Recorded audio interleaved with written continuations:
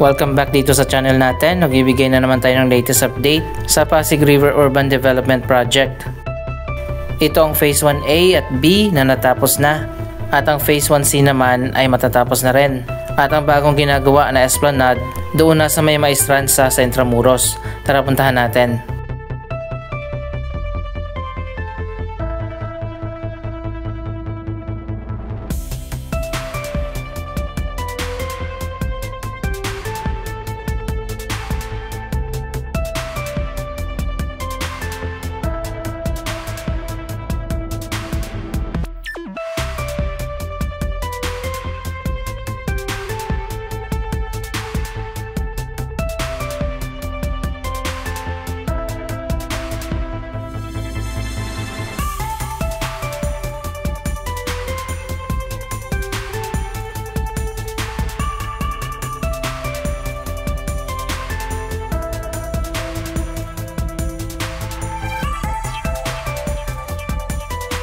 Ang design ng Esplanade Project ay kaparehas din sa Jones Bridge.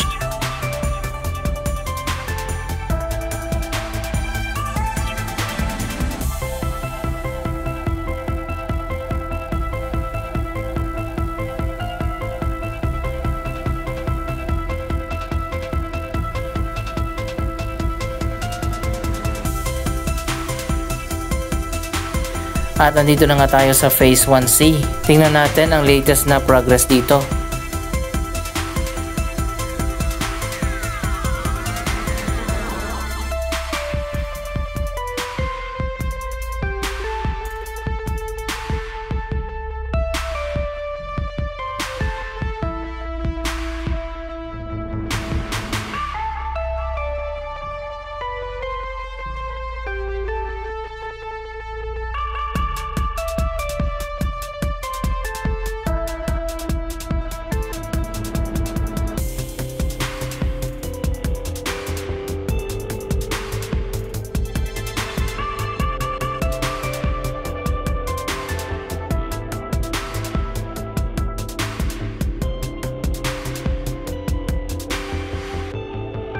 Dito sa baba ng Esplanade ang mga commercial space. May mga nagtitinda na dito ng iba't ibang mga pagkain.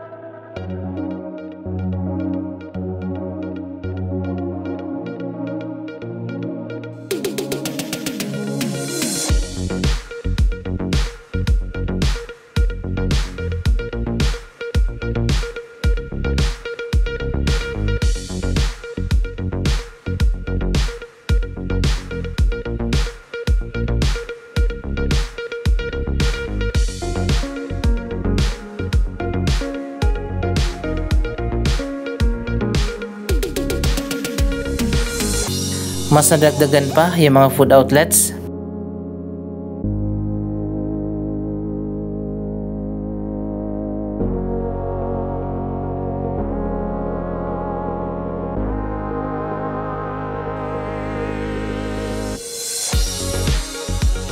Dito naman yung restroom na natapos na din. Sa kabila naman ng Pasig River dyan sa may eskolta, may ongoing renovation o restoration na ginagawa sa isang building at ngayon ay malapit nang matapos.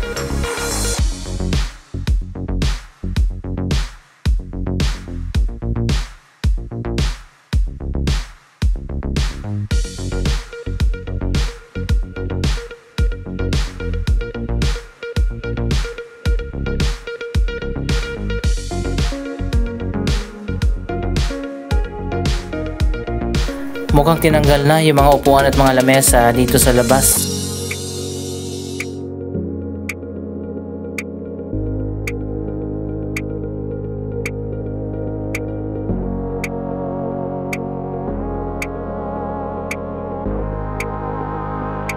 Dapat lang talaga nasa loob lang yung mga lamesa at mga upuan para hindi na lalong sumikip ang walkway.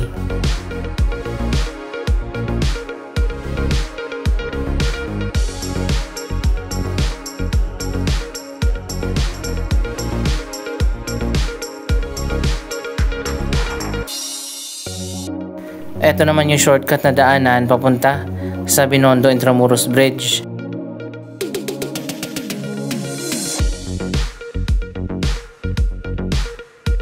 May hagdanan din dito paakyat dyan sa viewing deck.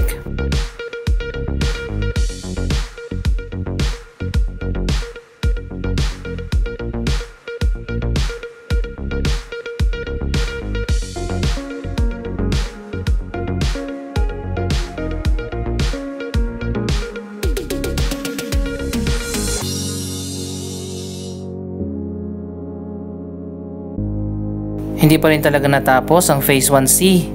Yung mga hagdanan at walkway wala pang finishing.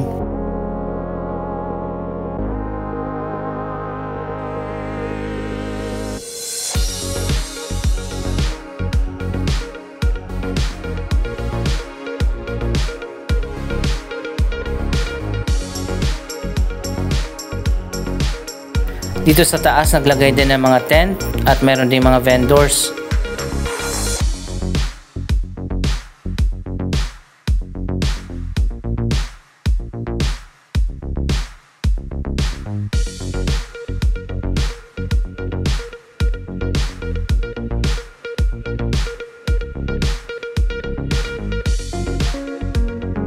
May nagtitinda ng mga damit, meron din nagtitinda ng pagkain, at pwede rin maglaro ng iba't ibang mga games.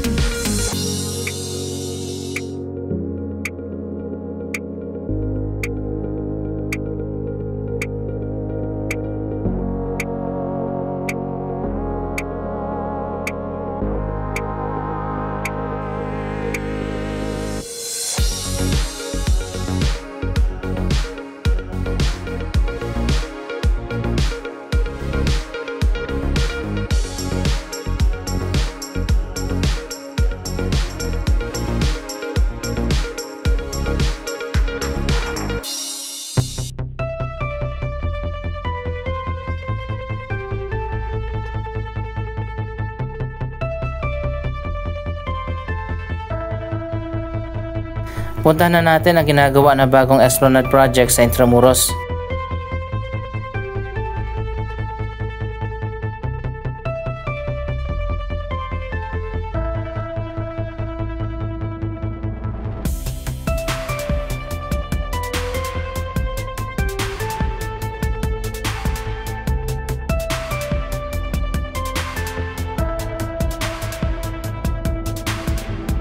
Sana tapusin na nila itong Phase 1C.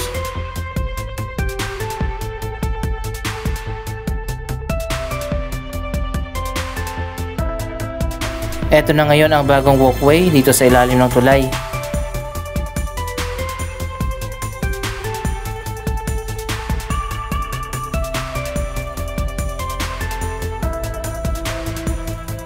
Mabuti naman at bricks ang ginamit dito.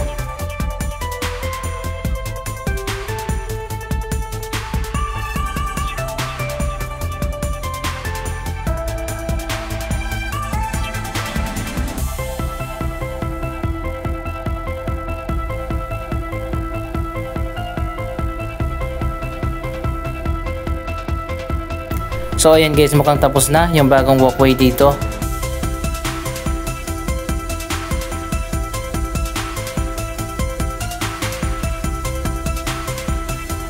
Isa pang major renovation ang ginagawa dito sa Plaza Mexico.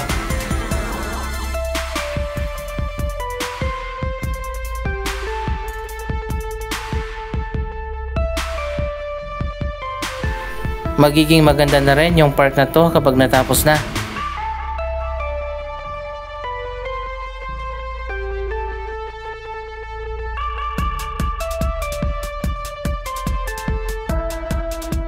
Matagal na rin napabayaan ang Plaza Mexico dito sa Intramuros.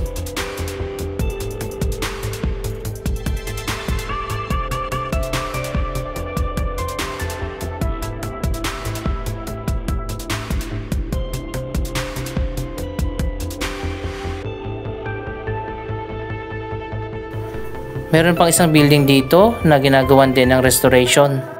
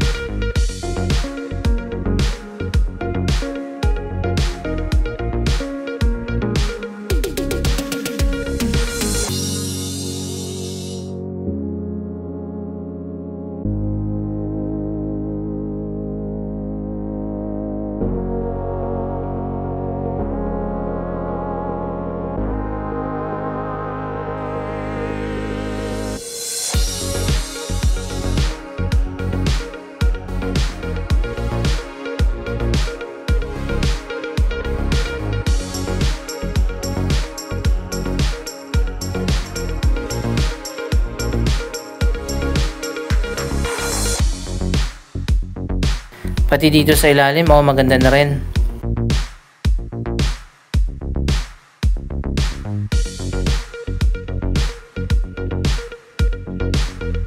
Tuluyan na ngang sinira yung dating Intramuros Riverside Park na bago lang din ay tinayo kasama sa proyektong Binondo Intramuros Bridge, pero papalitan nila ito ng mas magandang Riverside Park.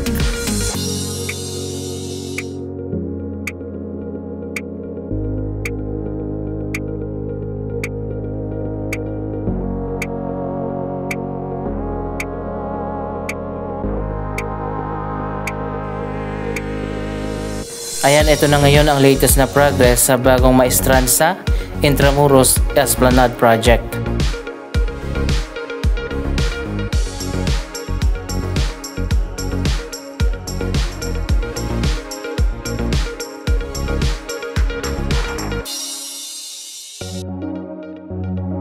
Medyo mahaba din pala itong bagong Esplanade Project hanggang dun.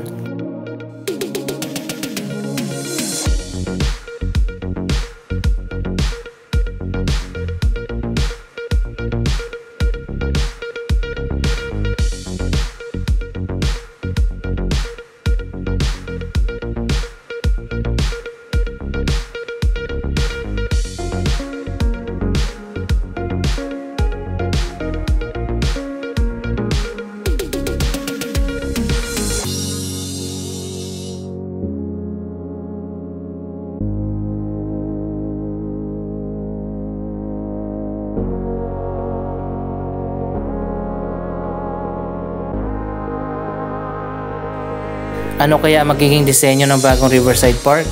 Yan ang aabangan natin.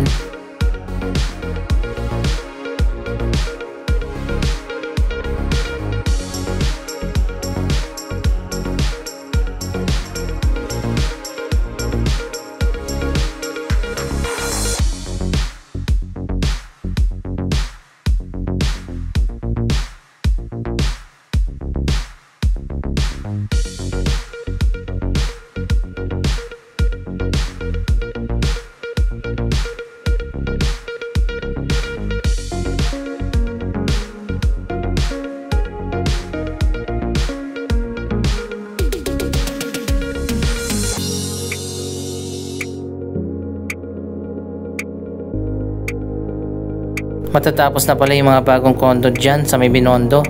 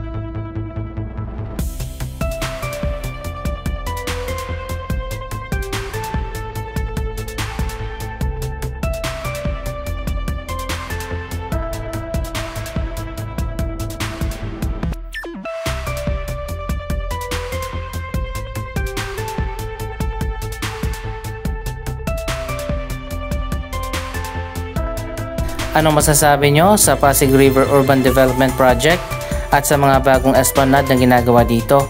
Mag-comment lamang dyan sa baba ng inyong mga reaksyon.